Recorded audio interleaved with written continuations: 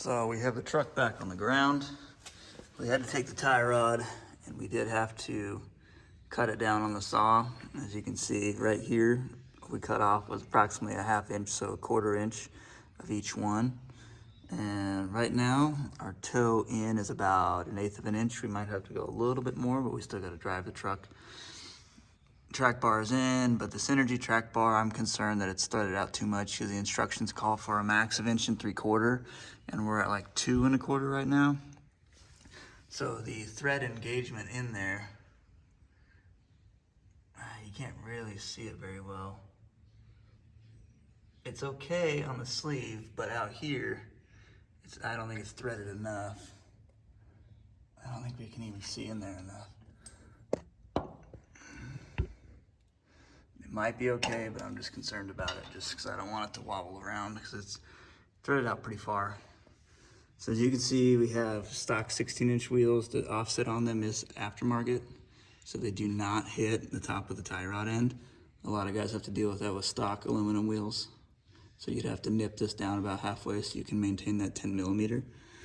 And then we did have to remount the knuckles. Just a GM 1-ton tie rod reamer. I think it's 7 degrees. Yeah, we're missing a lug nut, but we'll figure that out in a minute. So right now, instead, we're installing the Fluidampr. That's the part number for it for the 2nd Gen Cummins. Currently trying to figure out where the tach sensor is supposed to go with this relocation bracket right here. And the instructions are kind of vague with a black and white picture that doesn't make much sense. So we'll have to figure that out. And then just Amazon special fan clutch tool. Harbor Freight special lug nut kit. Go ahead and get them off. Truck is not as tall as I remember since it's been up on the lift for like 2 months, but still, in order to do this the easiest way, you got to remove the fan clutch and the shroud. It makes it so much faster. So now to figure out these brackets and all these other parts to go on here, and there's not many, but trying to relocate the tach pickup right there and figure out where it goes. So let's see. Okay, so it's a 13mm nut to get this spacer off right here that holds the tach sensor. So 13mm nuts. We're gonna go ahead and put the balancer on now, the Fluidampr, and we're gonna see where we clear and where we don't clear, and maybe with this out of the way, I'll be able to tell where the tach sensor actually goes. So we'll move from there. Man, as you can see, magnetic. So that's how it works. So focus. Yeah, you can barely see it, but 13. Anyway, this Husky 100-point, flex head is great. It's awesome. But that right there, non-stop. My biggest gripe with it is that it doesn't hold very tight right there. It's just an easy, you can be working with it and just barely nudge it, boom, nothing. So that's extremely frustrating with these. However, for what it is, it's outstanding. It's tough. I do personally like that it has the button latch right here, so that way you won't lose your extensions or sockets that are on there. However, I kind of wish they put knurling up here on these, but maybe I'll have to look at those. I think it's Koken that makes that, but yeah, whatever.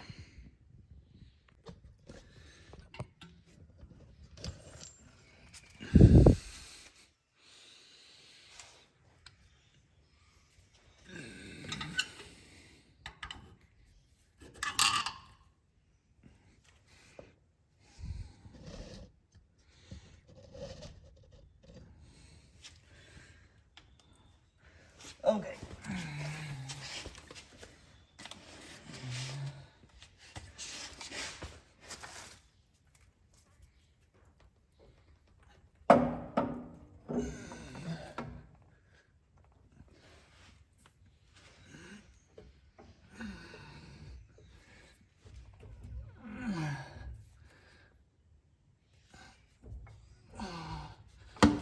Jesus. Okay. Yeah.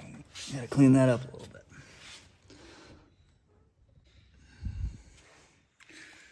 Okie dokie. It's a good thing this damper isn't very heavy.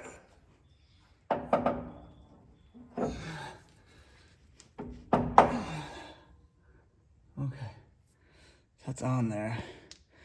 Now we could reuse the originals, and they actually look in really good shape. Or I paid the extra money for some ARP ones. So let's see if that works.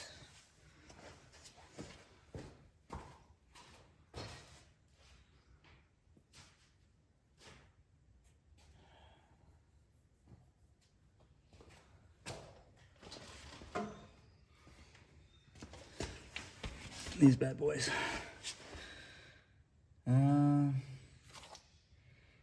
Okay, well, whatever. We'll give it a shot. And it comes with washers. Oh, because those are shoulder head bolts. Well, these have a shoulder. Well, oh, they got one. Whatever. Oh, it's a 12-point. Of course. Okay, dokie.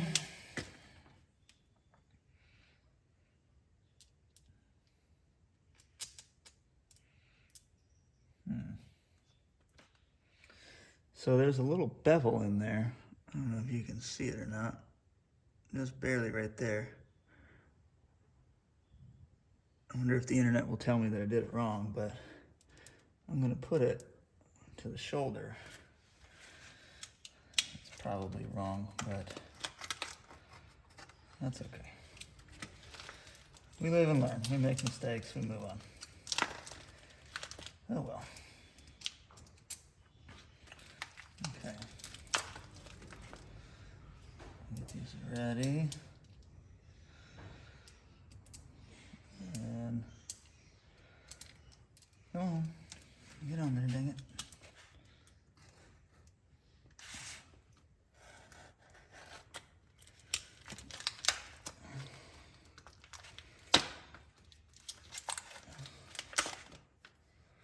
Oh shoot, what is this? Oh, it's instructions? It does. 90 foot-pounds. Okay. Alright. Well, it actually doesn't say which way they go. So we're gonna leave it as it is. Because, oh well. Alright, let's get some thread. Assembly lube on there.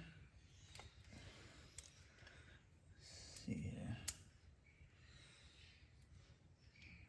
Come on out of there. I know you want to. Come on. There you go.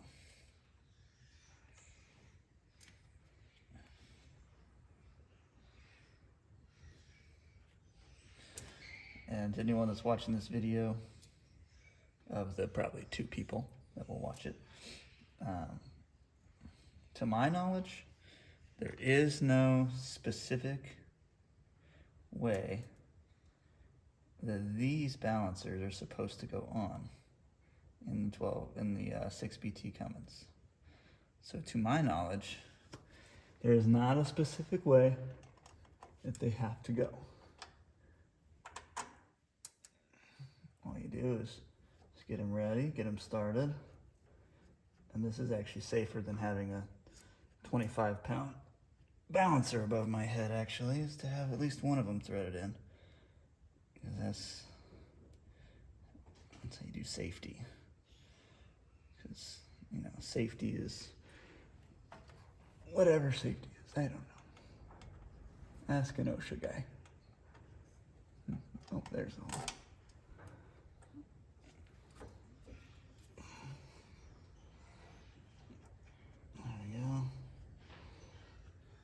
Thinking ahead, I probably should have a size of these for this 12-point. Or, you know, if I was real smart, I'd double check and see if this is actually a 12 point or if it's a triple square. And if you're watching this video for my, my mechanical skills, first off, you're wrong. Second, if you're watching this, there's a good chance you know about triple square. And I honestly only learned about it like 2 months ago. I had seen one, saw triple square, and I just thought, oh, that's a cool name for a 12 point. And then I was talking to a friend of mine that's an actual real mechanic that builds awesome race cars. He's like, no, dude, that's a real thing. 12 point is different than triple square. I was like, oh, all right. I guess you learn something new every day. Well, we'll go ahead and thread these in. They're obviously finger tight, so that is 100% good to go. But what we're gonna do is we gotta go find a 12 point now. I think I have that in my tool bag. Let's find out. Okay, so let's see what we got here. To me, that looks like a 14 12 point. Oh, Jesus. Okay. All right, Harbor Freight, thanks. Thanks for being that way.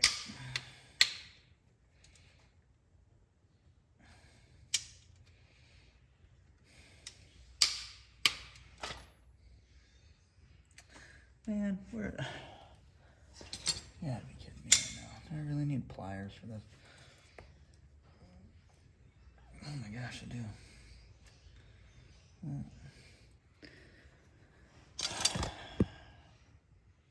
Okay. There we go. So, get all this out of our way. Let me guess, it's not 14. Oh, right on the money. Right on the money. Will it fit up in there? Yes, it will. Okay. We're gonna make sure it's on number 3 for the right angle. And we're gonna send it home.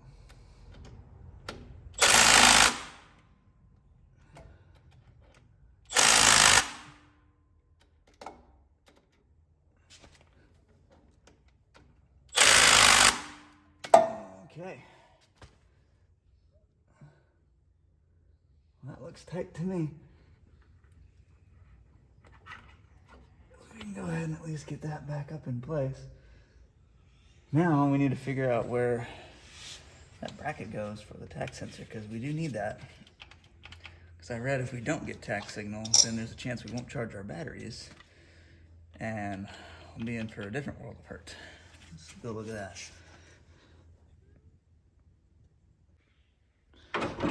Okay, so Fluidampr is in. These are the original bolts right here that take into the spacer that hold the tach sensor right here.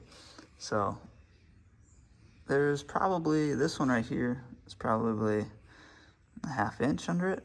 This one's probably 1/4, so it'll clear. This is our water pump right here and everything. Once I loosen this little tab right here, looks like I'll be able to route everything, because this clip is broken anyway, around the oil fill tube and down here. Reading the instructions, I'm fairly certain it's calling for this bolt at the bottom and this one right here for the new bracket to put the tach sensor onto. So I think it's kind of wanting me to do this little number, and that will put it right about at the right spot to come up onto the actual sensor. So we'll give that a shot and bring you back. Got everything lined up on the new serpentine belt. Looks good. So yeah, we'll go with that and we'll see. Because these instructions, wherever they are, the black and white picture calls for that down at the bottom.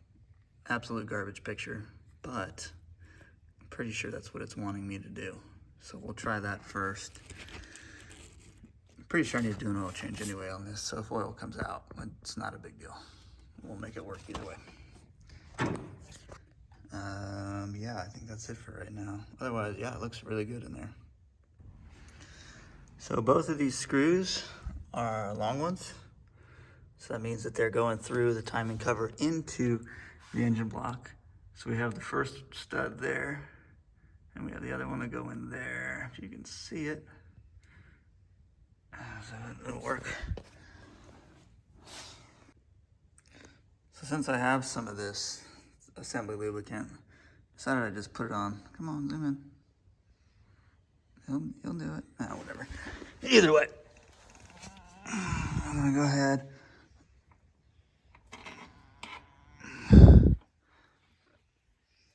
Thread her on up in there. Okay, I'm gonna need to get my socket for that. And I should have checked what size they were first, of course. So the tach sensor will fit with the stock wiring. However, the way that it has to be routed, at least for my truck, is it's really tight over this bracket right here that holds the filler tube, and it won't fit between. And I'm not really in the mood to pull all this apart to route it down for it to still be tight. And anyway, these wires on here are, let's see, there we go. They're pretty much done. So in order to keep my truck running, I'm just gonna caulk it with silicone for now. I've already ordered a new tach sensor. It was like $25, you know, and shipping it's $30. So it'll be here after Christmas. For now, I'll silicone it up, keep it sealed up. Plus these wires are pretty old anyway. So we'll keep the sensor and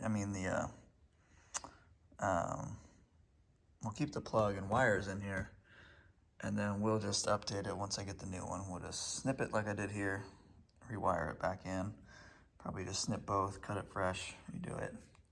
That way it'll be a new sensor down there. But for now, just to keep the truck running, you know, we'll just silicone it in, keep it that way. Otherwise, it's coming together, almost there.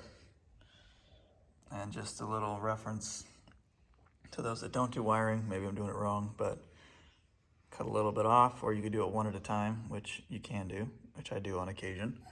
However, when you're trying to do it in multiple places, sometimes it is easier to do it one by one. Other times it's easier just to cut them off with about an inch, and you can see exactly where everything goes through the plug, which ones connect together. Even if you do it upside down, they will still go together. So I'm by no means an electrician or a wiring pro. However, I own old trucks and I have to do this often, so I figured out little cheat codes, I guess.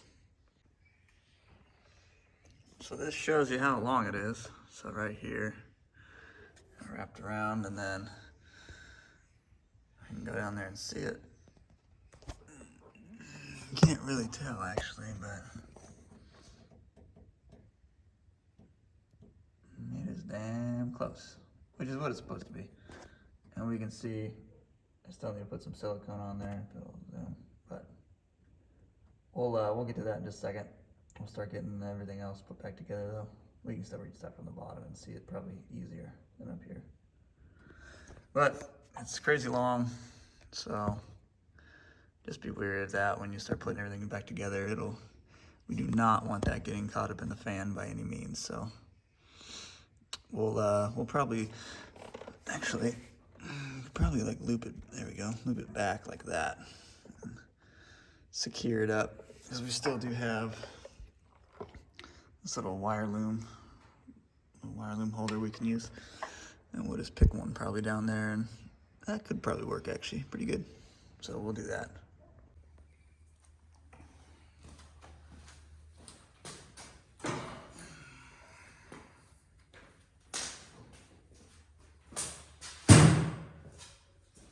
All right.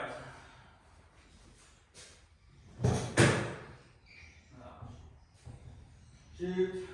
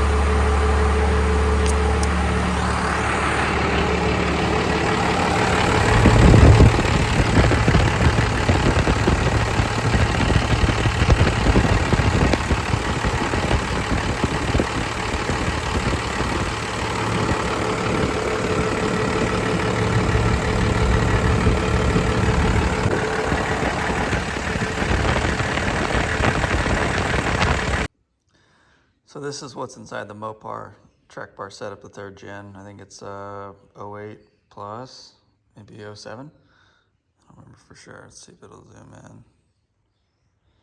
There we go. So this right here is actually closer to like, I don't know, just under the width of my thumb, so probably about an inch. I didn't realize it was that much until I started looking at it. There is a roll pin that you can see is in there. And so it rides on this set of grooves right here. So that is supposed to help line everything up while you're doing your adjustments.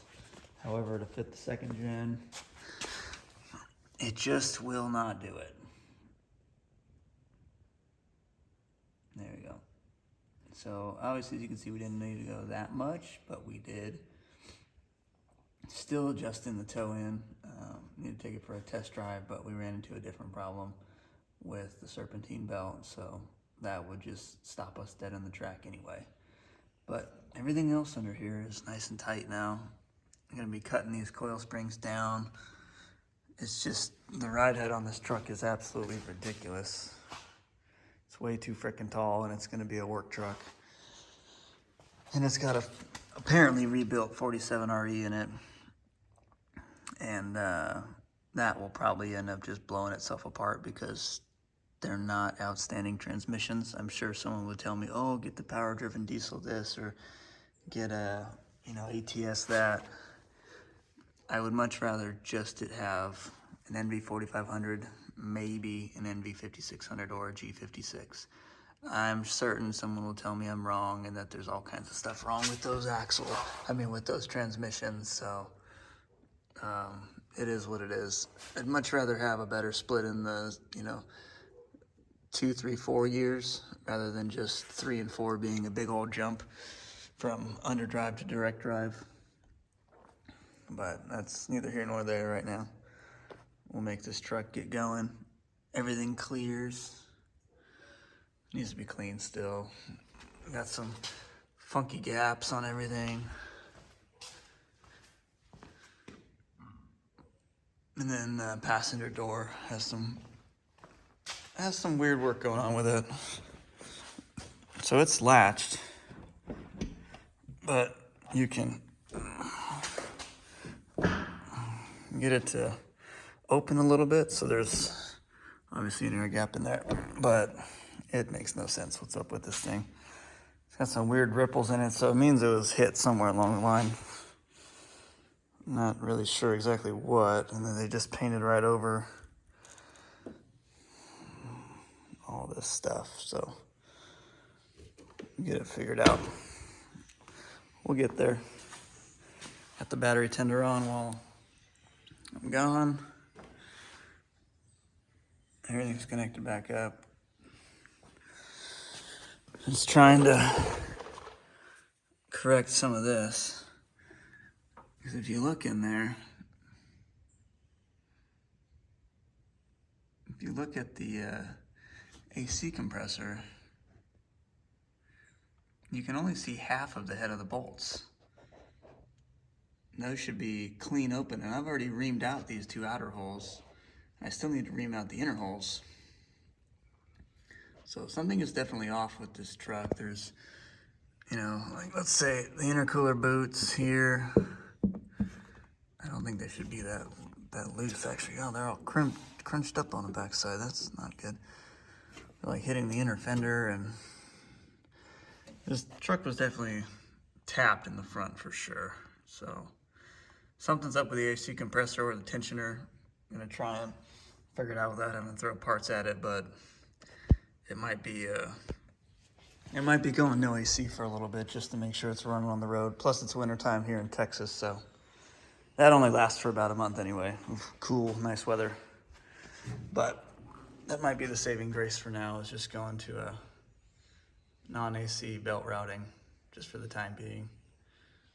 We'll figure it out as we go.